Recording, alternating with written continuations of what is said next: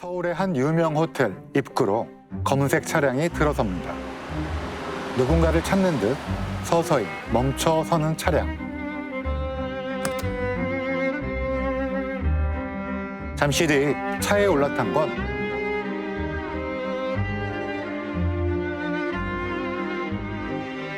(22살의) 여대생 신 씨였습니다.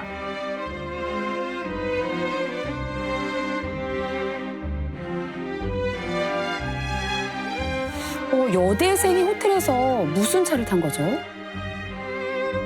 신 씨는 대학에서 연극영화과에 재학 중이었습니다. 모델도 병행하고 있었는데요. 아르바이트를 소개를 받은 거예요. 그리고 그곳으로 가기 위해 차를 탄 거죠.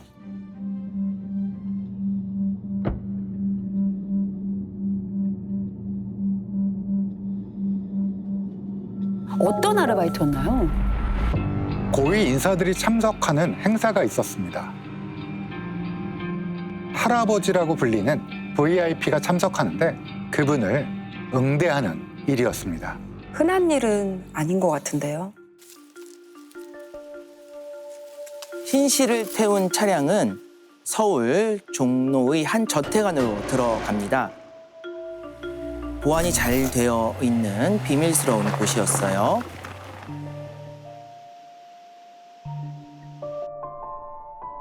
대기실로 안내받은 신 씨는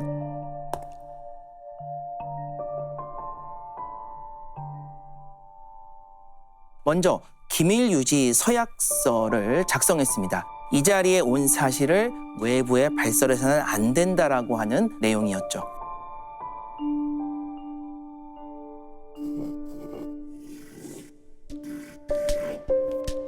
얼마나 대단한 행사길래 뭐 이런 것까지 작성을 하나요?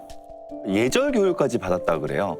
일단 행사장 안에 들어가면 참석자들의 대화 내용에 절대로 관심을 표하지 말아야 하고 VIP가 말을 걸기 전에는 절대로 먼저 말하지 말 것을 강조했죠. 응석을 부리지 말라는 내용도 있었고요. 눈도 감고 귀도 막고 입도 막고 가만히 있으라는 거네요. 행사에 불려온 사람은 여대생 신 씨뿐만이 아니었습니다. 꽤 알려진 여자 가수도 한 명 있었고요. 두 사람은 행사장 안으로 들어갔습니다. 신 씨가 들어갔을 때는요, 이미 이제 행사가 시작된 지 한 40분 가량이 지난 상태였습니다.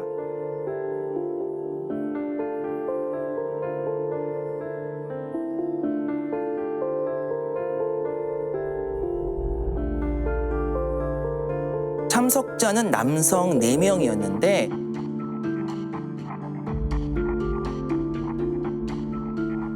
두 여성은 VIP 양옆에 앉게 됩니다.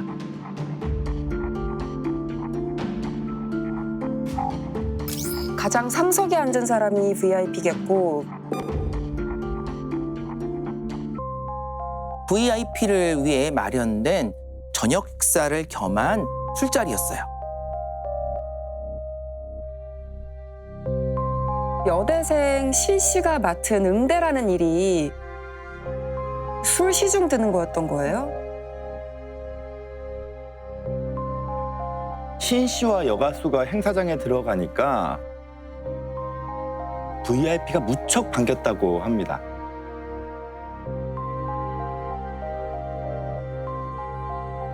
여가수는 바로 기타 연주를 하고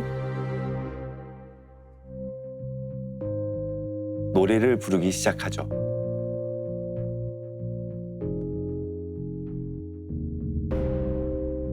기타 연주의 노래라고 하니까 운치가 있긴 해요. 가수가 두 곡을 부르고 이어 실장 직함을 가진 참석자가 또 두 곡을 불렀습니다.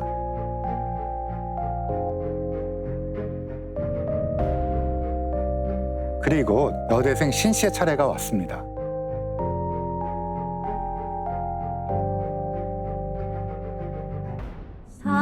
사랑해 당신을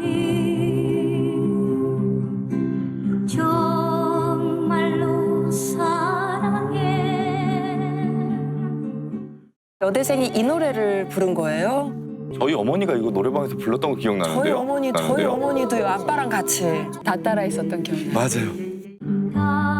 당시 이 노래가 20대, 30대에서 유행을 많이 했어요. VIP도 20대 자녀들이 있었기 때문에 이 노래를 알고 있었다고 합니다.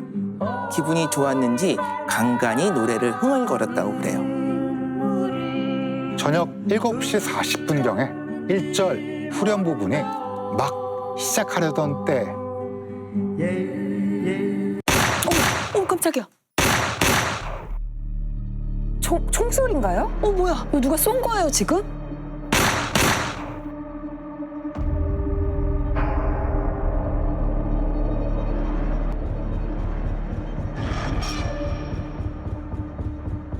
주머니에 있었다고 하면 총이 작은 편이었겠네요.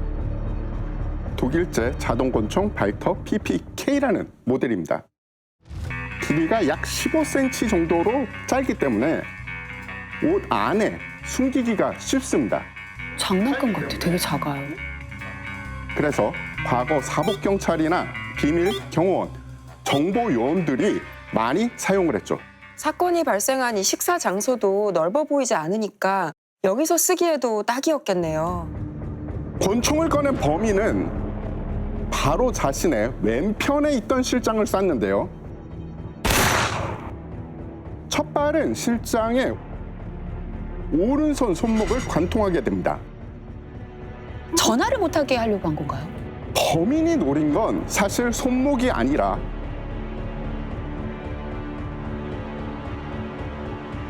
머리였을 겁니다.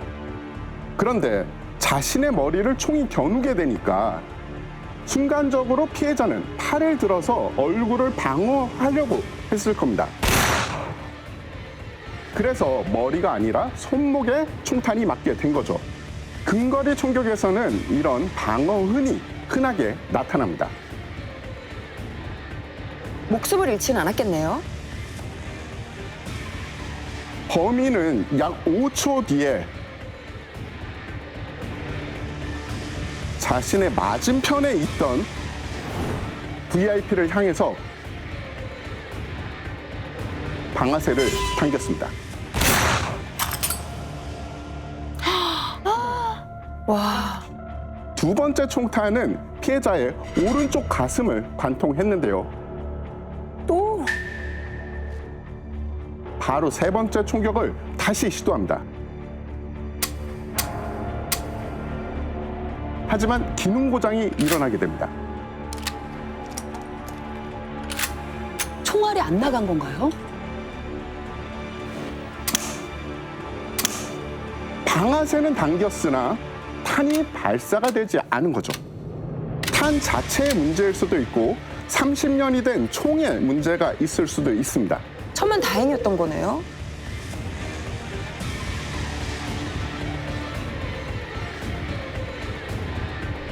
범인은 즉시 행사장 밖으로 나가서 다른 총을 가져왔습니다.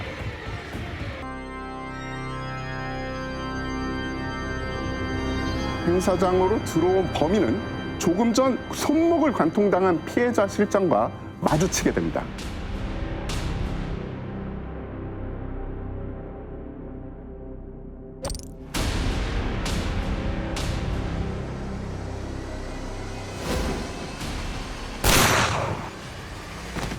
범인은 피해자의 복부에 총을 발사해서 사살을 했습니다. 와, 그리고 가슴에 총상을 입고 쓰러져 있는 VIP에게 다가가서 그의 머리를 향해 방아쇠를 당겼습니다.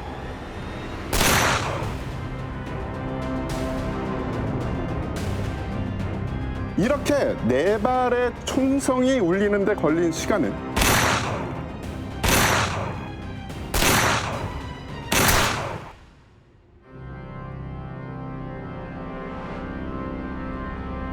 불과 5분이었습니다.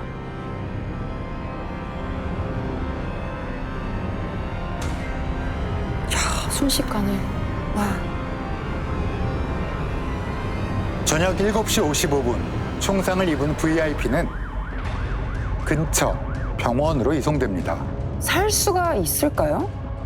안타깝게도 피해자는 병원 도착 당시 DOA 상태였습니다. Death on arrival. 이미 사망한 상태였던 거죠. 심장을 자극하여 박동하게 하는 강심제 주사하며 약 20분간 심폐소생술을 시도했지만 소용없었습니다. 피해자가 병원으로 이송 직후에 의문의 남성들이 달려오거든요.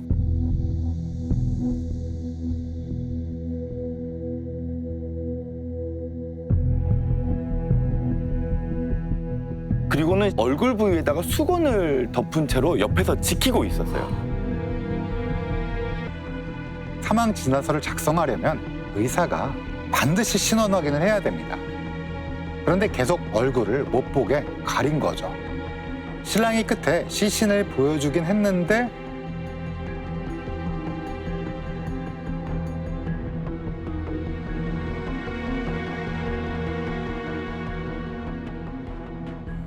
종이로 얼굴 반쪽은 가리고 다른 반쪽만 보여줬다고 합니다. 상황을 정리를 해야 될 텐데 어쩌라는 건지. 총상을 입으면 얼굴이 붓습니다. 퉁퉁. 피 범벅이기도 하고요. 반쪽만 봐서는 신원을 쉽게 파악할 수 없거든요. 이에 병원장은 가슴에 총상이라도 보여달라고 요구를 했습니다.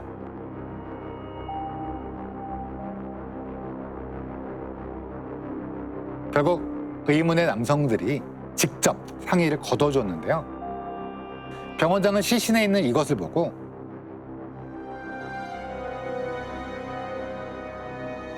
깜짝 놀라고 맙니다. 배에 보면 그 하얀 반점이 이렇게 있어요. 그거는 이제 같이 이제 이런 별장에 가면 야 이거 어떻게 치료할 수 없나 하고 맨날 그 같은 그런 게 있죠. 그래서 보니까 차이가 듭니다. 오, 대통령? 박 대통령은 1979년 10월 26일 오후 7시 50분께 향년 62세로 서거했습니다.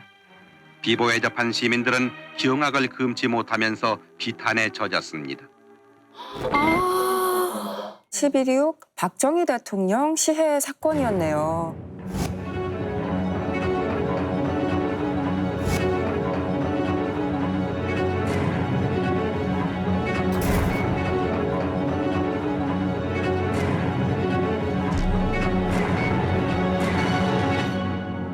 김재규 부장이 제 외삼촌이십니다. 네. 어머니가 김재규 부장의 셋째 여동생이고요. 1979년 당시에 제가 초등학교 6학년이었는데 이제 기억이 선명합니다. 초등학교 6학년 정도면 외삼촌이 나라에서 어느 정도 일을 했다. 이 정도는 알고 계셨을 것 같아요. 중앙정보부장이고 굉장히 높은 자리라는 것까지 분명하게 알고 있었습니다. 외삼촌은 집안의 자부심이기도 했으니까요. 삼촌은 평상시 어떤 분이셨나요? 집에서 자주 뵐 수 있는 분은 아니지만 명절에 모이면 저를 무릎에 이렇게 앉혀놓으시고 말씀을 많이 하셨습니다. 특유의 카랑카랑한 그러면서도 또 자상한 그런 목소리였는데요. 외삼촌의 그때 냄새까지 기억이 납니다. 그래요. 네. 이런 일이 있을 거라는 조짐을 눈치채시지는 못하셨겠죠? 사건 바로 다음 날 뉴스를 통해서 온 가족이 소식을 들었고요. 당연히 굉장히 당황했습니다. 전혀 상의한 것도 아니었으니까요. 다만 집안 어르신들은 외삼촌이 박정희 대통령에 대해서 평소에 어느 정도 반감을 품고 있었다라는 정도만 아셨다고 합니다.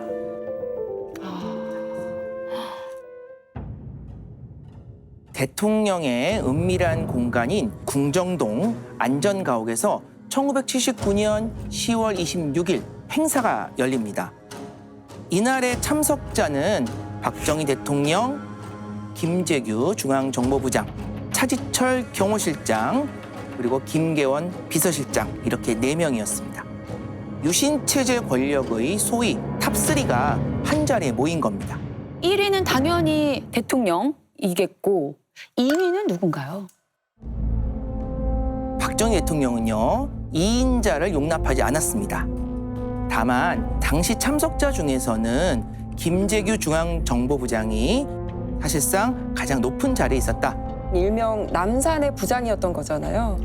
김재규는 박정희 대통령과 육사 2기 동기였습니다.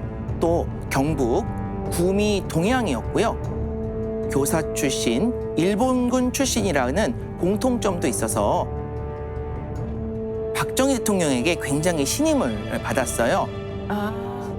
그래서 육군 방첩대장, 보안사령관, 건설부 장관, 중앙정보부장까지 탄탄대로를 걸었습니다. 박 대통령이 김재규를 정말 동생처럼 대했다고 해요. 박정희 대통령은 가장 안전하다고 여긴 공간에서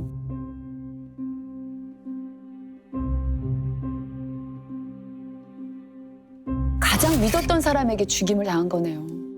이 즈음 김재규를 넘어서 정권의 실세로 불리던 또 다른 인물이 있습니다. 바로 차지철 경호실장과의 관계가 굉장히 중요한 하나의 포인트라고 할 수 있습니다. 김재규 부장 같은 경우는 최고의 스펙을 가졌는데 자리를 넘봤다? 차지철도 대단한 인물이었나 봐요. 차지철은 육사 시험에 떨어진 사람이에요. 다만 무술 실력이 좋아서 포병 간부 시험에 합격을 합니다. 나이는 김재규가 한 8살 정도 더 많고요.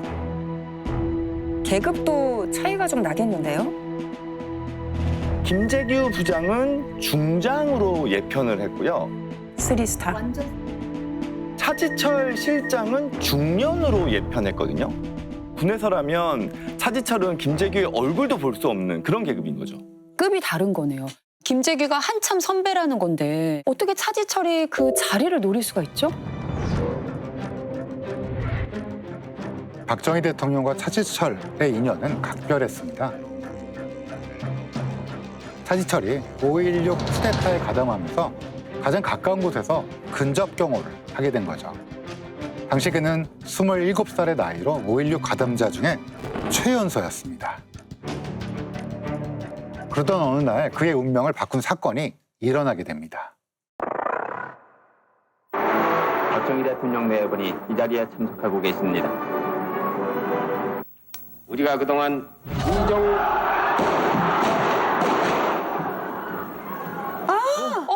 이거 이 사건과 차지철 경호실장이 어떻게 연관을 맺는 건가요?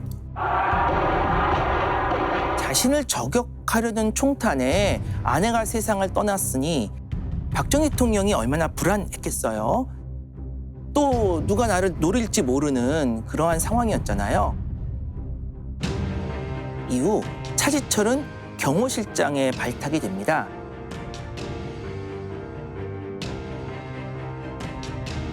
차지철 경호실장은 대통령의 마음을 절대적인 충성심으로 파고들었습니다. 굉장히 마음이 괴로운 상태잖아요. 텅 빈 마음을 차지한 거라고 볼 수 있겠네요. 차지철은 자신의 집무실에다가 각하를 지키는 것이 국가를 지키는 길이다라는 표를 걸어놓고 대통령의 안전을 내세워서 박정희 대통령을 독점했습니다. 장관이고 국회의원이고 차지철의 허락이 없이는 대면 보고조차 어려웠을 정도였거든요.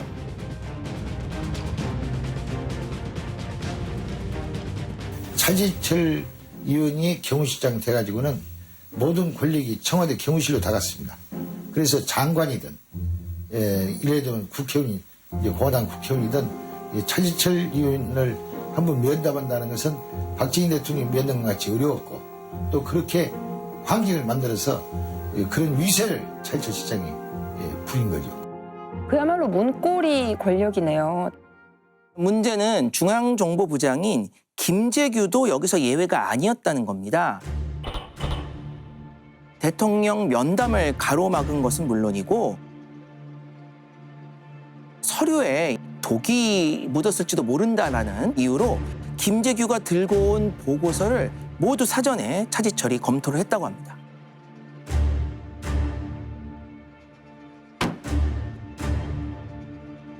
김재규 부장 입장에서 생각해보면 모멸감을 느끼는 거 아닌가요? 박정희 대통령이 이걸 뭐라고 하지 않았을까요? 김재규 부장을 동생처럼 여겼다고 했잖아요.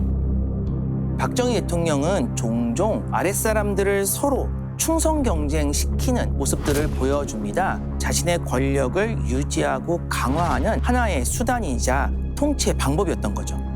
오히려 둘이 계속 경쟁할 수 있게 갈등을 부추겼구나.